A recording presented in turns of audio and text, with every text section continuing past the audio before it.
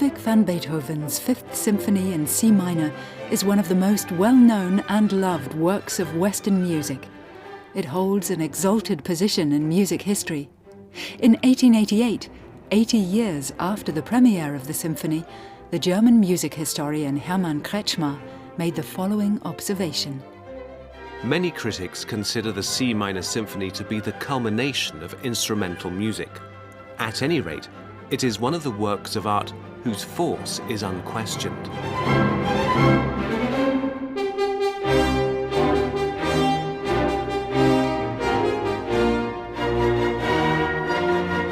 Everyone feels that an unusual spirit speaks from this symphony.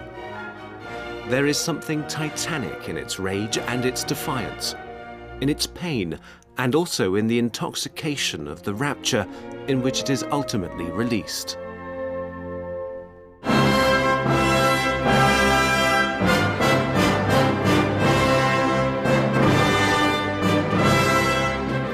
This statement is representative of a glorifying interpretation of the work through the Romantic reception which sticks with it to this day.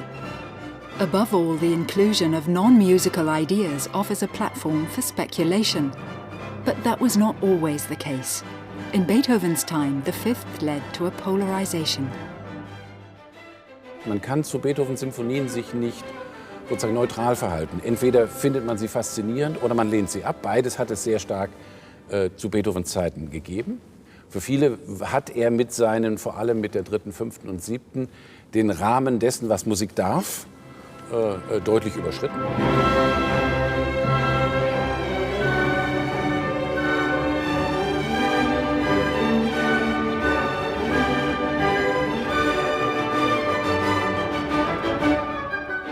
Beethoven worked for many years on the symphony. The first sketches and plans for the work come from the year 1803. 5 years later, on December 22nd, 1808, it received its world premiere in the context of a musical academy at the Theater an der Wien.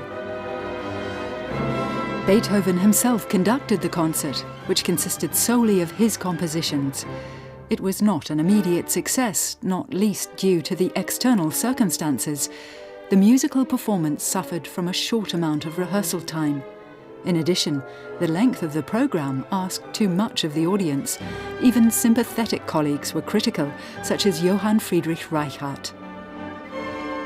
Here we endured the most bitter cold from 6:30 to 10:30 and came to the conclusion that one can easily have too much good and, what's more, too much intensity.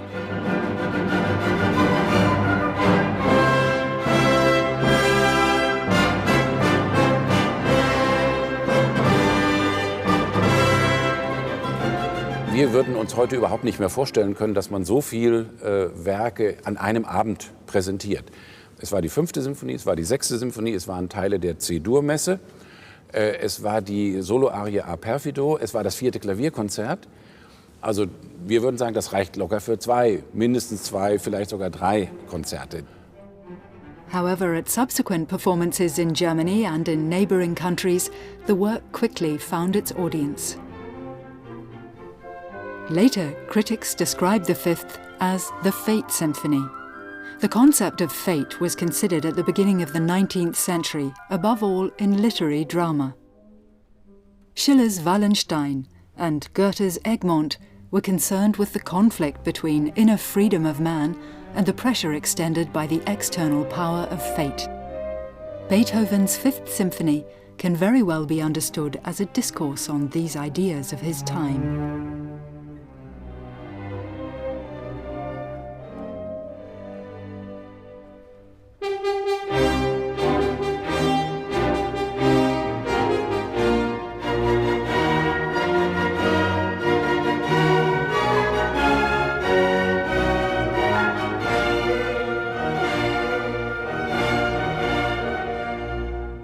Er hat nie von einer Schicksalssinfonie gesprochen. Es gibt allerdings eine Aufzeichnung von Schindler, von seinem Biografen. Beethoven habe bei der Erläuterung des Eingangsmottos, des zentralen Mottos des ersten Satzes, habe er formuliert, so klopft das Schicksal an die Pforte.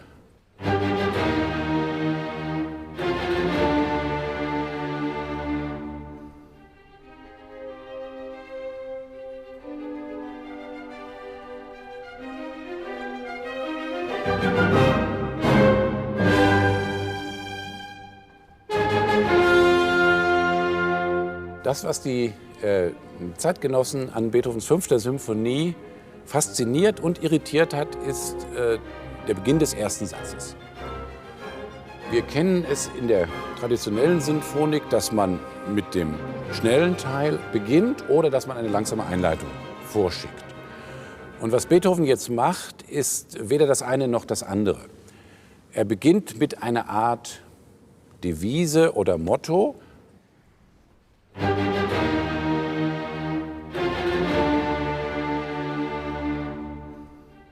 The beginning motto continues and proceeds to wander through the various instruments. Beethoven stays with this simple four-note motto, exploring a wealth of musical possibilities. Er fängt meistens in seinen Skizzenbüchern mit relativ ausführlichem musikalischen Material an und er engt es dann immer mehr ein, er verdünnt es immer mehr, er arbeitet die Substanz heraus, streicht alles weg, was beiläufig sein könnte, was traditionell sein könnte. Strawinsky hat Beethoven ja mal mit einem Edelsteinschleifer verglichen, der aus dem Stein sozusagen dann den Brillanten herausschleift und an diesem Brillanten ist eben nichts mehr, was überflüssig wäre.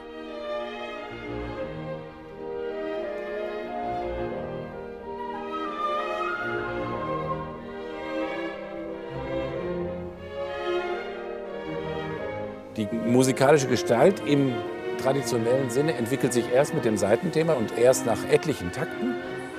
Und das Interessante ist, dass unter dieser Violinmelodie immer dieses hier liegt. Ja, also das Motiv, Hauptthema sollte man nicht sagen, dieses Zentralmotiv liegt auch immer unter diesem Saitenthema.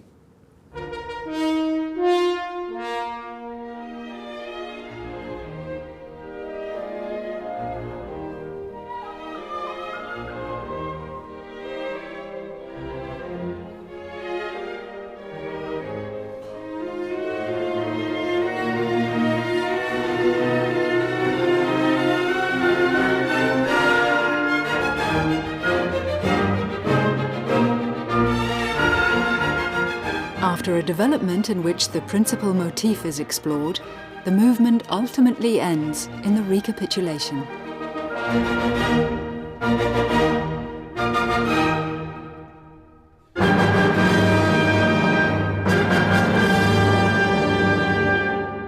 Es gibt in der Reprise ein irritierendes Moment, nämlich einen eingeschobenen Fermatentakt. Das Ganze endet auf einer Kadenz.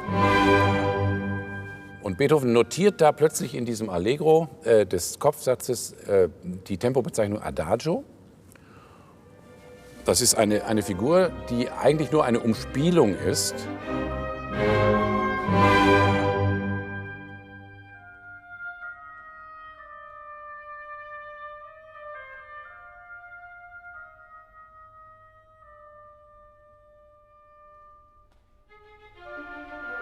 This oboe entrance provides the uncompromisingly forward-pressing principal motif with a short moment's rest. Beethoven was not prepared to, as he put it, completely bow down to fate, a recurring element in his biography.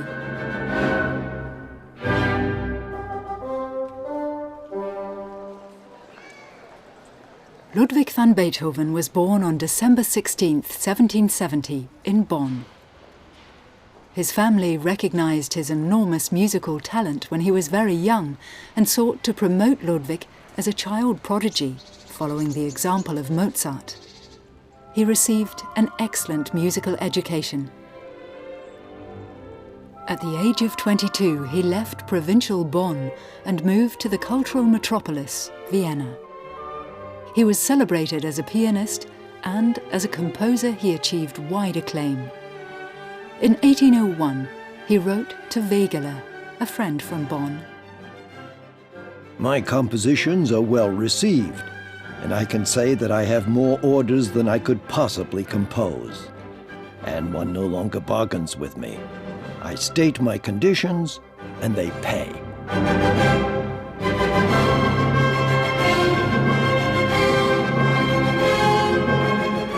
However, Soon dark shadows were cast over the young composer's career, as is clearly stated in the so-called Heiligenstädter Testament.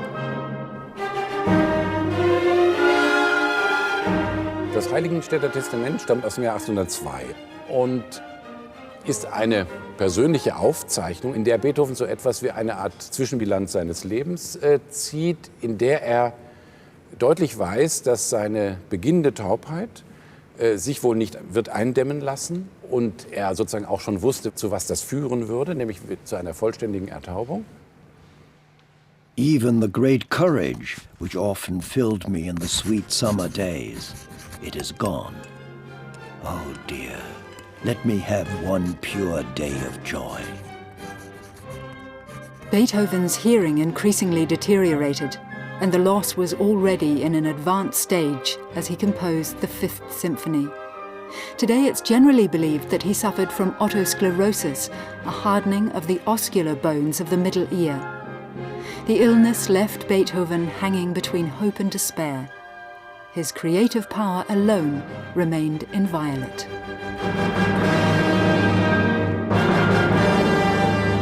I want to seize fate by the throat. To completely bow down to it is out of the question.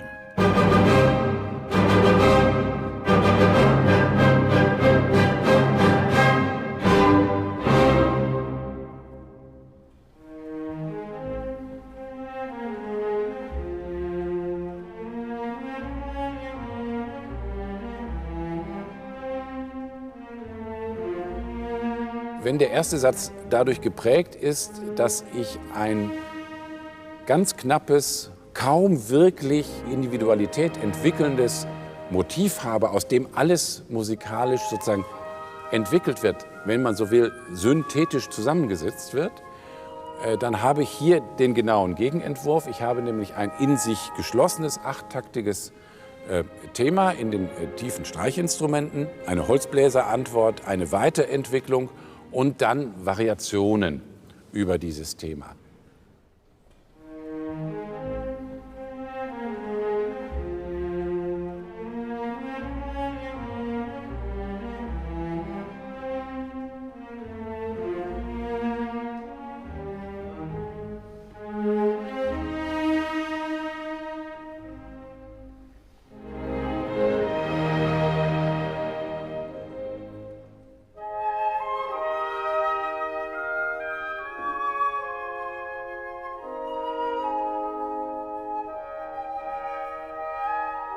Das Interessante ist ja auch, dass Beethoven innerhalb dieses Satzes so eine Doppelstruktur aufbaut. Auf der einen Seite dieses weiche, in den tiefen Streichern erklingende Astur-Thema und dann eine Fortsetzung noch innerhalb des thematischen Beginns, indem er die Tonart des Finalsatzes C-Dur vorausnimmt. The second movement provides a transition between the first and the final movement through changes in tone colour from oboe to horns, from piano to fortissimo, and through the foray into C major.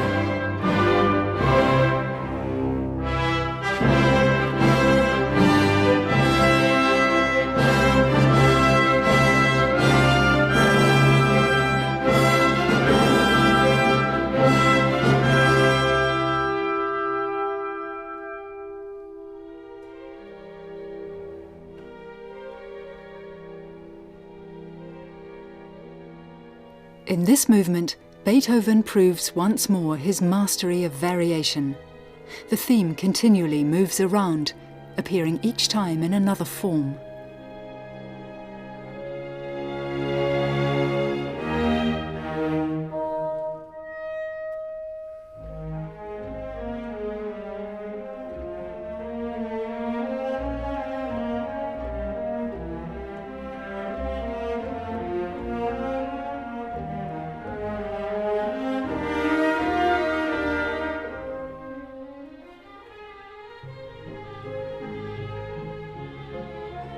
Beethoven's compositional signature is also clearly apparent in the introspective sphere of this slow movement of variations.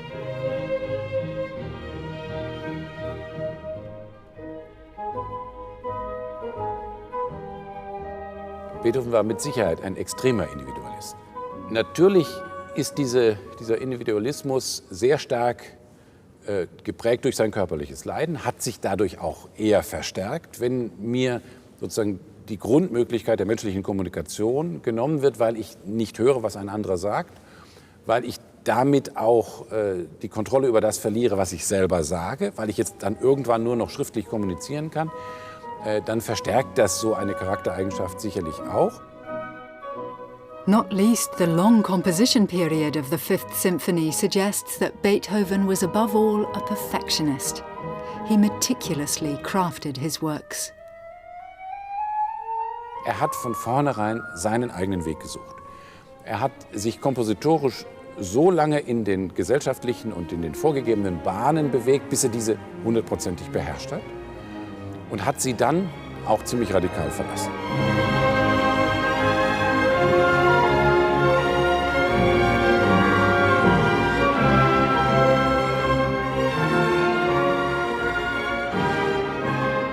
In contrast to his contemporaries, Beethoven felt it important as an artist to have a say in political and social events. From his childhood on, he was enthusiastic about the ideals of the French Revolution, freedom, equality and brotherhood. In 1793, he noted to a friend, "Do good wherever you can. Love freedom above all. Never renounce truth, not even at the throne." The conception of his compositions is at the heart of these ideals. A music which only serves as entertainment was foreign to him. Beethoven had high demands on his audiences. Er schlägt in dieser Symphonie jetzt nicht nur vom rein musikalischen Tempo, sondern sozusagen auch vom Rezeptionstempo, vom Auffassungstempo eine Geschwindigkeit an, die sicher viele überforderte. Es ist eine Herausforderung. Es ist auf der einen Seite ist es ein Appell, sich bestimmten Dingen zu stellen, und auf der anderen Seite ist es auch ein musikalischer Affront. Also Beethoven springt einem, wenn man so will, musikalisch ins Gesicht.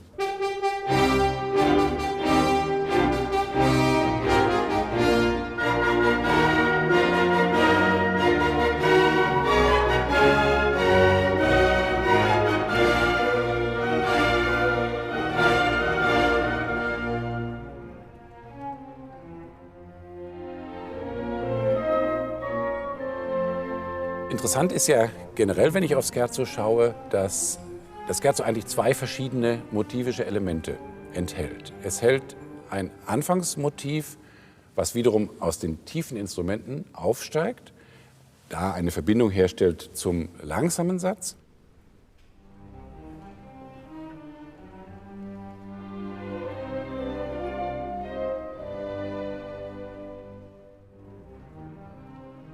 Das ist dieses Motiv, das dann auch wieder über eine Fermate gestoppt wird und das sich allerdings auf eine interessante Weise fortsetzt, nämlich mit so einem pochenden Motiv.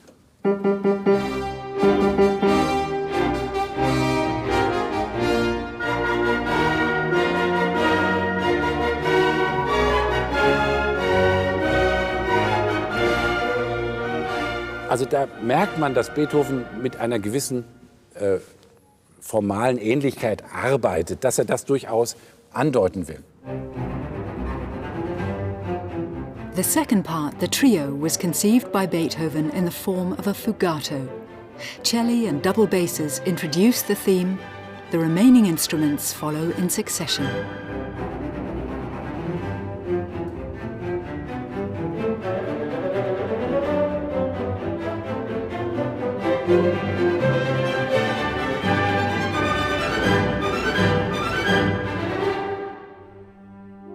The return of the scherzo after this lively trio provides a surprise. Instead of the expected exact repeat, the fortissimo of the fanfare motif is left out. Like a shadow of the beginning of the movement, this section, now in pianissimo and with pizzicato strings, introduces an important development.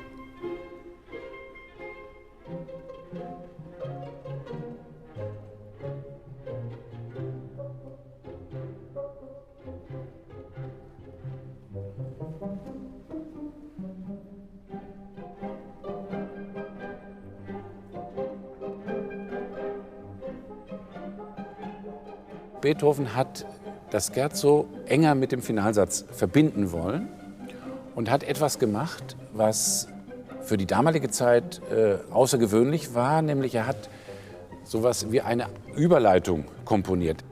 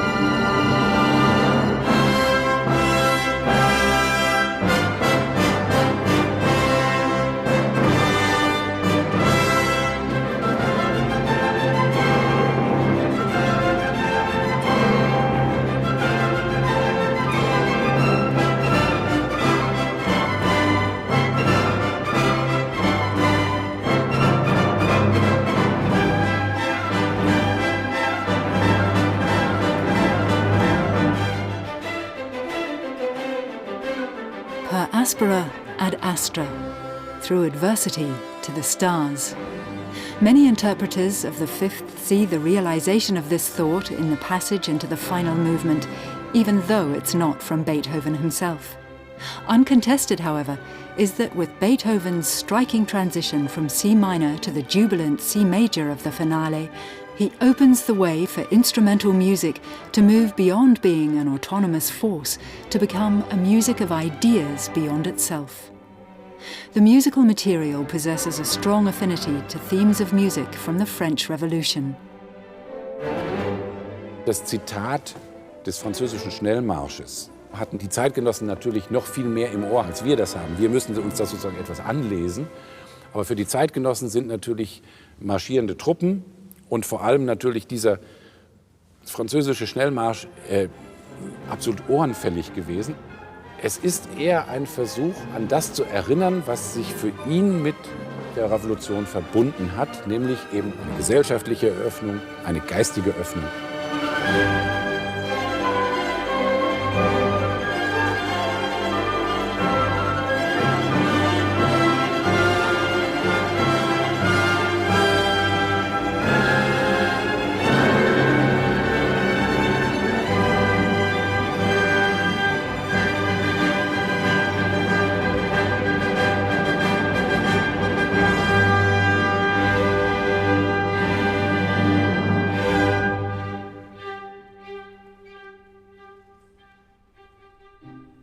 Before the entrance of the recapitulation, Beethoven once more quotes the fanfare motif of the scherzo to recall the third movement, and in so doing, he evokes the transition to the jubilation march of the finale for a second time.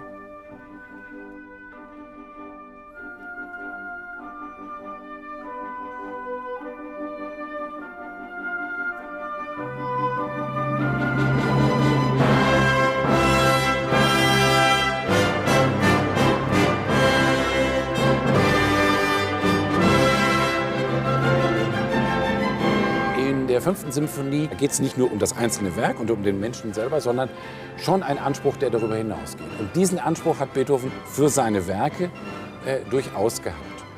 Ein Anspruch, den Menschen etwas mitzuteilen, und zwar nicht den individuellen Menschen, sondern der Menschheit. Also da ist so ein humanistisches Pathos steckt dahinter, und Beethoven ist da sicherlich ein pathetischer Mensch gewesen. Theodor Adorno hat im Zusammenhang mit Beethoven ja formuliert, seine Sinfonien werden eigentlich Reden an die Menschheit. Musikalische Reden an die Menschheit. Normale Reden an die Menschheit aus dem frühen 19. Jahrhundert werden heute wahrscheinlich in den Archiven verstauben. Beethovens Sinfonien tun das nicht. Das zeigt, was da sozusagen an ästhetischem Mehrwert drin steckt.